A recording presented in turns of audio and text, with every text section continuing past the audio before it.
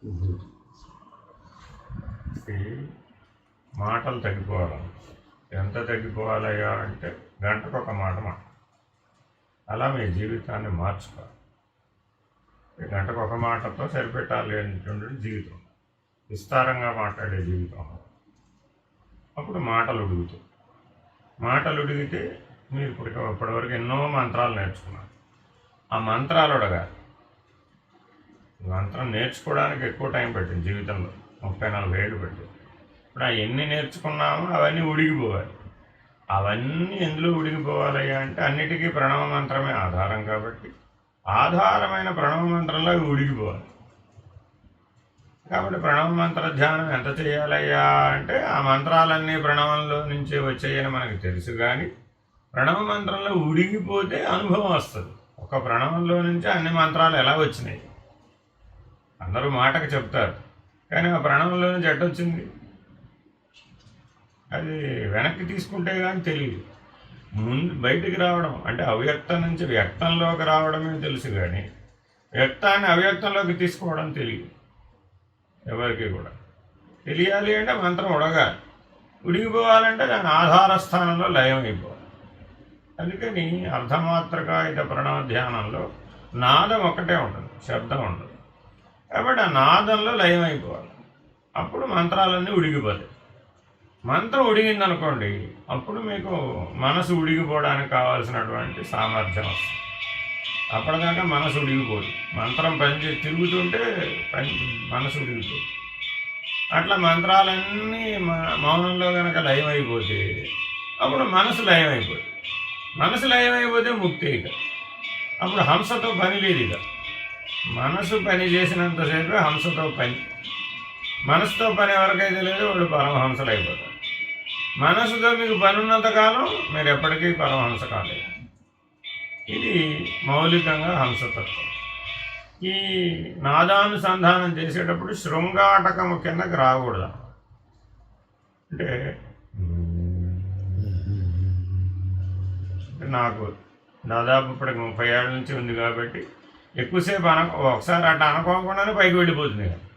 కిందకి రాదు. ఇక అనలేను. నేను ఇప్పుడు ఏ దశకు వచ్చేసానంటే అనలేని దశకు వచ్చేసాను. నాదం అనలేను. ఇప్పుడు ఎప్పుడు పైనే ఉంటుంది అన్నమాట. పైన ఉండేప్పుడు కిందకు వస్తే కానీ నేను కంఠానికి దిగుకు వస్తే కానీ అనలేను. మాట్లాడడం కూడా ప్రయత్నం మీద మాట్లాడతాను అన్నమాట. అందువల్ల అవసరమైనవే మాట్లాడతాను, అనవసరం మాట్లాడతాను. ఇట్లా జాగ్రత్తగా మీరు గమనిస్తే మీకు ఆదిశక్తి మహాలక్ష్మి, ఇది అందరికీ తెలుసు. మరి జ్ఞానశక్తి ఏమో మహాసరస్వతి, మరి పరాశక్తి మహాగౌరి. అందుకని త్రిమూర్త్యాత్మకాన్ని ఎట్లా సేవిస్తున్నామో త్రిశక్త్యాత్మకాన్ని కూడా అట్లాగే సేవిస్తున్నాం. మహాసరస్వతి, మహాలక్ష్మి, మహాగౌరి. జాగ్రత్తగా మీరు గమనిస్తే మరి ఇచ్ఛాక్రియలు ఏమైపోవాలి? ఆ ఇచ్ఛాక్రియలన్నీ దశమహావిద్యలు. అంటే మంత్రరూపాలు, యంత్రరూపాలు, తంత్రరూపాలన్నీ ఇచ్ఛాక్రియాశక్తి. దశమహావిద్యలలో మీకు అన్నీ ఏమున్నాయంటే మంత్రరూపాలు, యంత్రరూపాలు, తంత్రరూపాలు. దాటితే తప్ప జ్ఞానశక్తి ఉద్భవించదు. జ్ఞానశక్తి ఎవరికి ఉద్భవిస్తుంది అంటే నాదము యొక్క లయము తెలిసిన వాళ్ళకే తప్ప జ్ఞానశక్తి ఉద్భవించదు. అందుకే మహాసరస్వతి చేతిలో వీణావాదనం. నేను ప్రతీక ఏమిటంటే నేను నాదోపాసన చెయ్యమని, నాదానుసంధానం చెయ్యమని, శబ్దాన్ని అధిగమించమని. శబ్ద వ్యావృత్తిలో ఉన్నంతసేపు ఇచ్ఛాక్రియాశక్తులే, జ్ఞానశక్తి ఆవిర్భవించదు. కాబట్టి ఇప్పటి వరకు మీరు పరిశీలించినంతా ఇచ్ఛాక్రియాశక్తుల వరకే పరిశీలించారు. జ్ఞానశక్తికి పరిశీలనం చేయాలి అంటే ఈ హంసని ఆ నాదాన్ని అనుసంధానం చేసేసి కేవల ప్రణవమంత్ర అనుసంధానంతోనే నిలబెట్టుకోవాలి. అప్పుడు హంసకి దిగిరానటువంటి పరిస్థితిలో మీరు చేరితే పరమహంస అయితే అప్పుడు ఆదిశక్తి. అప్పటిదాకా మీకు ఆదిశక్తి యొక్క కృప తెలియదన్నమాట. అప్పుడు నాదాంతమైన కళగా ఆదిశక్తి ఆవిర్భవిస్తుంది మీలోనే. అప్పుడు మీ లోపల బయట ఆదిశక్తి ఉంటుంది, మీరు ఉండరు. ఇక అదే ఆత్మసాక్షాత్కారం. ఇది అమ్మవారి ఉపాసన అంటే అర్థం ఇది. ఇలా చేయాలి. మహాలక్ష్మి ఉపాసన అంటే ఇలా చేయాలి. ఇలా చేస్తే అప్పుడేమైంది? నాదాంతమైన కళ, ఆ కళయే ఈ సృష్టికి ఆధారం. అమ్మవారి ప్రకాశ స్వరూపం అంటే బిందు స్వరూపం. అందుకని ఆ బిందు మధ్యంలో మీకు పరమాత్మ ఉన్నాడు. ఆ పరమాత్మని మీరు దర్శించాలి అంటే మహాగౌరి దారివ్వాలి. మహాగౌరి దారివ్వనంత వరకు కుదరదు. మహాగౌరి చీకటి, ఆవిడ గౌరవర్ణం, ఆవిడకి రూపం లేదు, చీకటి రూపం ఆవిడ. ఆ చీకటి దాడితే కానీ మీరు వెలుగులోకి ప్రయాణం చేయలేరు. అది పరమాత్మ. అయితే భాగవత పద్యం మీకు గుర్తుకు రావాలన్నా, లోకంబులు లోకేశులు లోకస్తులు తెగిన తుది అలోకంబగు పెంచీకటి. ఆ అలోకంబగు పెంచీకటి మహాగౌరి. మీకు ఆ పెంచీకటి అనుభవానికి రావాలి అంటే బిందు మధ్యంలో పెంచీకటి ఉంది, పెంచీకటి మధ్యలో పరమాత్మ ఉన్నాడు. ఇది మీకు మంత్రపుష్పం చెప్తున్నటువంటి రహస్యం. నివారసుకవర్తన్వి పితాభాస్వత్యనుగమ తస్యాత్ శిఖాయ అంటే అక్కడ మధ్యలో జాగ్రత్తగా ఆ పరమాత్మని పట్టుకోవడం ఎలాగో ప్రతిరోజు మీరు మంత్రపుష్పంలో అర్చకుడు చెబుతూనే ఉన్నాడు, మనం అనుసంధానం చేస్తూనే ఉన్నాం. కానీ వాగ్రూపంలో అది వ్యక్త రూపం, అదేం ప్రయోజనం లేదు. శబ్దరూపం అది అసలు అర్థమే కావడం లేదు. కాబట్టి ఇలా మాటలుడిగి మంత్రం స్థితికి రావాలి, మంత్రం ఉడిగి మనసు స్థితికి రావాలి, మనసు ఉడిగి ముక్తి స్థితికి రావాలి. ఇక్కడ మనసు అంటే ప్రజ్ఞ, ఇంద్రియాత్మకమైన మనసు కాదు.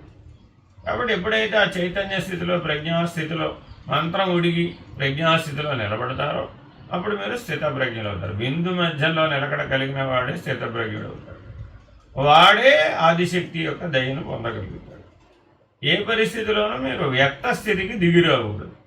అవ్యక్తానికి అవతల ఉన్నవాడు అక్షరుడు, వ్యక్తానికి అక్షరుడికి మధ్యలో ఉన్నది అవ్యక్తం, అదే కారణ శరీరం.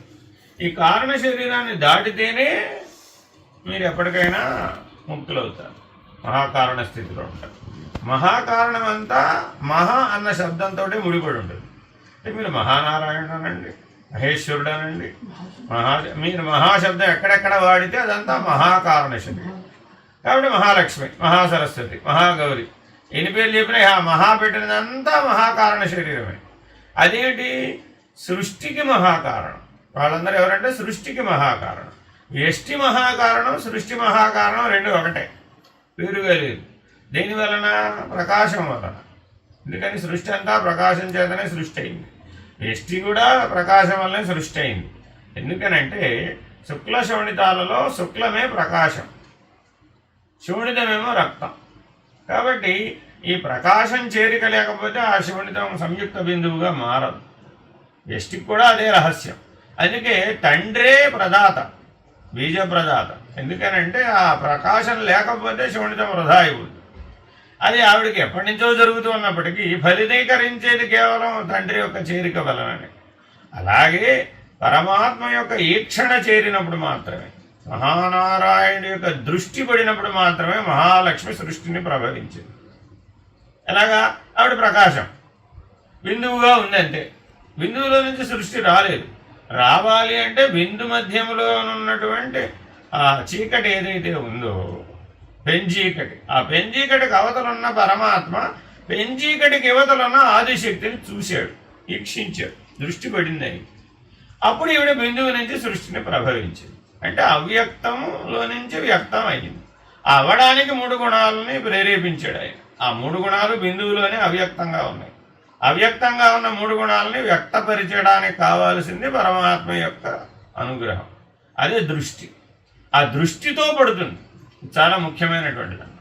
అందుకని కంటి మధ్యలో ఉన్నటువంటి సూక్ష్మాన్ని అడ్డం పెట్టుకుని నీవారశోకం అనే దాంతో కంటి మధ్యలో దక్షిణ నేత్రం మధ్యలో చూపు నిలుపుకోమని కళ్ళు తెరిచి ధ్యానం చేసే విధానాన్ని ప్రవేశపెట్టారు. కళ్ళు తెరిస్తే ఏమవుతుందంటే రెండు కళ్ళు ఇట్లా చూసే కొద్దీ ఆ రెండు కళ్ళు కలిపి ఒకటే కన్ను అవుతుంది. ఒకటే కన్ను కన్ను మధ్యలో ఉన్నటువంటి సూక్ష్మ బిందువు కనబడుతుంది. ఆ సూక్ష్మ బిందువు మధ్యలో పెంచీకటి కనబడుతుంది. ఎందుకని అంటే కన్నులో 5 వర్ణాలు ఉన్నాయి: ఎరుపు, తెలుపు, పసుపు, నలుపు, ఇంద్రనీలము, సునీలము. ఎరుపు, తెలుపు, నలుపు, ఇంద్రనీలము, సునీలము, ఈ 5 వర్ణాలు ఉన్నాయి.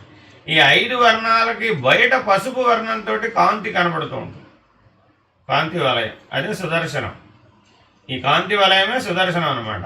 ఈ కాంతి వలయం లోపలికి వెళితే కానీ ఆ 5 వర్ణాలు కనబడవు. ఆ 5 వర్ణాల మధ్యలో ఇంద్రనీలం, సునీలం అనేటటువంటి పెంచీకటి ఉందన్నమాట. ఆ పెంచీకటి మధ్యలో సూక్ష్మమైనటువంటి బంగారు వర్ణంతో పరమాత్మ ప్రకాశిస్తుంది. ఆ బంగారు వర్ణంలో ప్రకాశించేటటువంటి పరమాత్మ ఎవరైతే ఉన్నారో ఆ పరమాత్మ మీద మీరు దృష్టి నిలపగలగాలి. అప్పుడు మీరు పరమహంస అవుతారు. అప్పటిదాకా పరమహంస కాలేదు.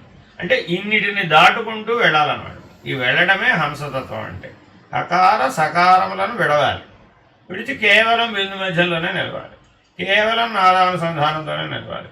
నాదాంతమందు కళ ప్రత్యక్షం కావాలి. ఆ కళయే మహాలక్ష్మి. ఆ కళా మధ్యమందు మహాగౌరి, మహాగౌరి యొక్క మధ్యమందు పరమాత్మ. ఆయనే మహేశ్వరుడు, ఆయనే మహానారాయణుడు. అన్ని మహద్బ్రహ్మము కూడా ఆయనే. ఒక్క ఆ పరమాత్మే మహద్బ్రహ్మముగా ఉన్నది, మహానారాయణుగా ఉంది, మహేశ్వరుడుగా కూడా ఉంది. అక్కడ ఎవరైతే నిలుస్తారో వాళ్ళు మహాకారణంలో చేరిన వాళ్ళు అవుతారు. ఆ దాని వలన శరీరత్రయం లేకుండా పోతుంది. ఇది శరీరంలో ఉండగానే ఈ సత్యాన్ని గ్రహించడమే హంసతత్వం. పరమహంసలైన వారెవరో వారే ముక్తులు. దీన్ని తెలుసుకోవాలన్నమాట. అనుభవపూర్వకంగా తెలుసుకోవాలి. తెలుసుకుని మనసుని మరల వాడకుండా ఉండేటటువంటి జీవనాన్ని పొందాలి. ఇదంతా ఎందుకోసం అంటే మళ్ళీ మనసుని వాడే దశకి కిందకి దిగిరాకూడదు. కిందకి దిగి వస్తే హంసలోకి వచ్చేస్తాం. మనసు హంస రెండు సమానంగా పనిచేస్తాం, గుర్తుపెట్టుకోవాలి. అందుకే ప్రాణశక్తి మనస్సు ఈ రెండు కూడా ఒకే శక్తికి రెండు ముఖాలు లేదా రెండు కొమ్మలు. ఎట్లా చెప్పినా ఒకటే. ఓ చెట్టుకి రెండు కొమ్మలు లేదా ఒకే వ్యక్తికి రెండు ముఖాలు. కాబట్టి మీ సాధనకి ఇవి రెండు ముఖాలు. ఈ రెండు వ్యక్తం. వెనక్కి తీసుకుంటే అవ్యక్తం. అవ్యక్తంలో మేలుకుంటే అక్షరుడు. అవ్యక్తంలో చాలామంది ఆగిపోతారు. అవ్యక్తం పెంచీకటి, అక్కడ మహాగౌరి. అందుకే ఆవిడ దారిస్తే తప్ప నేను మహేశ్వరుని కానీ మహద్బ్రహ్మమును కానీ మహానారాయణుని కానీ పొందగలిగే స్థితి ఉండదు. కాబట్టి జాగ్రత్తగా ఈ తలుపులన్నీ తెరుచుకుంటూ వెళ్ళగలగాలి.